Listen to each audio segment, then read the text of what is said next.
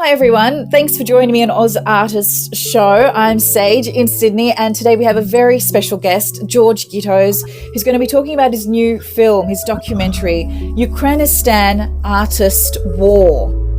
I helped make Fahrenheit 9/11 with Michael Moore, and it showed that 9/11 was caused by Saudi funding, Saudi organisation and Saudi pilots. The other things we're doing in New York, we're here because on Tuesday, Trump gets arraigned for his indictment. And, if he was a normal person, he'd go to court in handcuffs. So we'll be down there filming with our cameras, and that will be part of our new Ukraine film. What happened when you went to Ukraine? Was the airport open? Were you escorted by the army to get over there? No, I've got no connection to the army. I've never been an official war artist. People often think that, which is wrong. No planes into Ukraine. Even Biden had to go by train. So you go up to Premiership and then get a train, which for a normal person takes about 24 hours. And I think you see that in the beginning of our film, Helen and I getting on the train, and it was very scary because the Australian government, no one wanted us to go there. The Russians had surrounded the city, and we could have found ourselves completely trapped and maybe even killed. And that went on for quite a long time before the Ukraine army actually pushed them out. And the cities around Kyiv were completely destroyed, Bucha and Irpin, and we were probably the first people to get in there and film. Ukraine is similar in some ways to Bosnia because that was Europe, and everyone was shocked to see concentration camps again in Bosnia.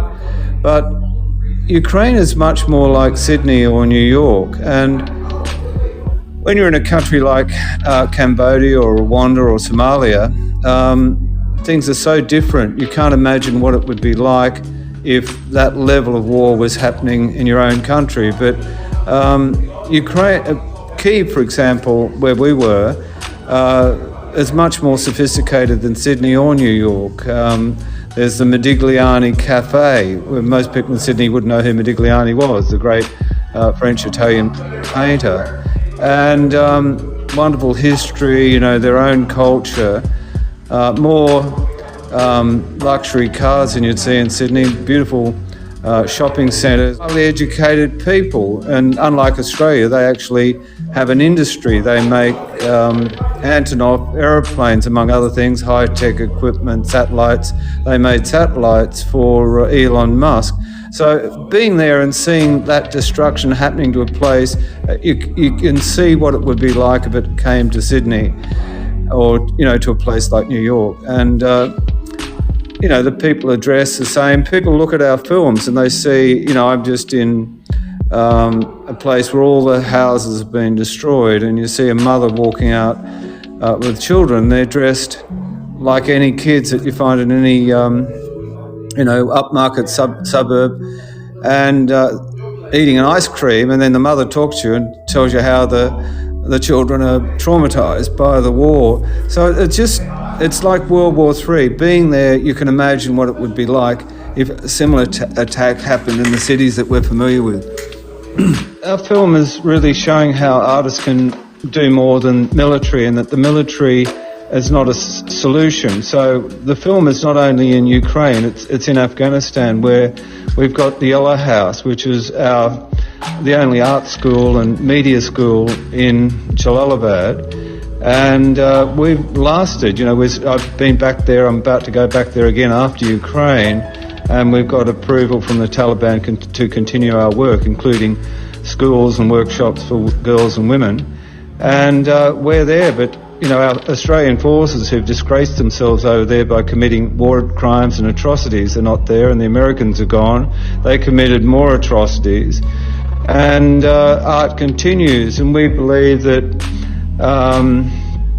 you can bring about social change and, not at the point of the gun. You can't coerce people.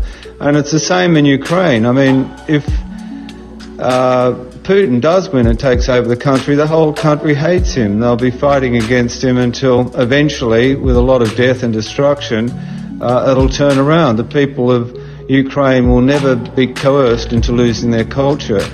And so the big thing that we did was that the House of Culture in Irpin, which is like the Art Gallery of New South Wales or the Met in New York, it was one of the first targets that the Russians destroyed. There were great paintings which have been turned to ash, and all that you could see of Steinway pianos were the wires. And we turned that into a whole lot of workshops, like our Yellow House that we originally had in Sydney and now in Afghanistan and now in Ukraine. And we brought artists in there and exhibited. And this was a wonderful boost for the people of Irpin, where nearly all their houses have been destroyed, many of their friends and relatives have been killed. And it was saying, well, you can't destroy the spirit and the culture of this country. And that's a lot of ways what the war's about. The Ukrainians have their own language and they have a more ancient culture than the Russians. In fact, the Russian Orthodox Church started in Ukraine. And so, that's what we're doing. Many of the artists and poets and musicians wanted to pick up a gun and fight, but their relatives and friends who are fighting said, no, what we're fighting for is the culture. So keep doing the culture and we'll keep having something to fight for. No, all of this conspiracy theory about Ukrainians being Nazis and wanting to attack Russia and everything is nonsense. Ukraine's a small country. They'd never be mad enough to try and create a war with a superpower. And I've been all over the country and I haven't met any Nazis. I've just found them to be the most, the people in Ukraine to be the most civilized, enlightened people I've met in Europe. I don't know where these conspiracy theories are coming from. It's a very unjust war where you've got a madman, which is Putin, so that he can retake the former Soviet Union. And that's why it's very linked to Afghanistan, because at the last days of the Soviet Union, they invaded Afghanistan. They were there for 9 years and killed 2 million people.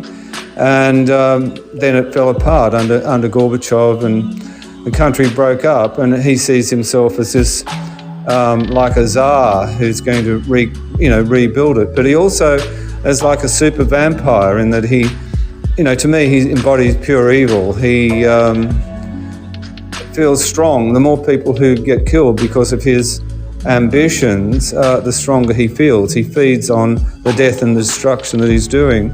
And you have to be there to really appreciate the amount of destruction that is happening. Like, you can't get any picture of it from television or the news. It's extensive. Whole cities every house has been destroyed.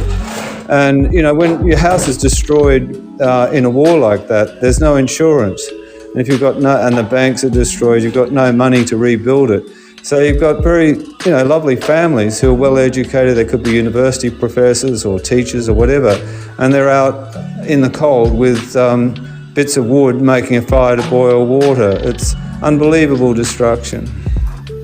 The work that you do in Afghanistan is so valuable as well in the Yellow House, and a lot of the world wonder why the world hasn't come together for Afghanistan as much as they have for Ukraine.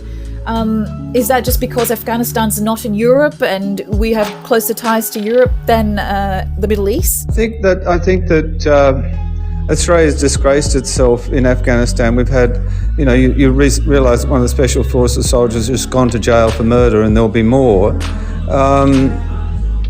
It was a wrong war. The war should never have happened. And there are a few Al-Qaeda there who the Taliban didn't like. And George Bush knew he couldn't retaliate against Saudi Arabia, so he made up, illegal wars against both Afghanistan and Iraq. And, it's possible the Americans killed 1 million people there, and they weren't Taliban, they were just people resisting an occupying force. And I think that, the media machine is made, is covering up all of that by talking about girls going to school and women's rights. And that's a very important thing to talk about. But the Americans had 20 years to make that happen, and they spent trillions of dollars there, but all the money actually went to the military bowl. Apart from making the films and creating the art, is that it's inspirational for artists it's ennobling for young artists to know that you can use your creative skills, which are not destructive, they're not deadly, and you can bring about very, very positive change. So the new yellow house that we bought is, we actually purchased the house, the old yellow house we were renting, will be a place where it's in the tribal belt where women can come and girls can come and they can learn the arts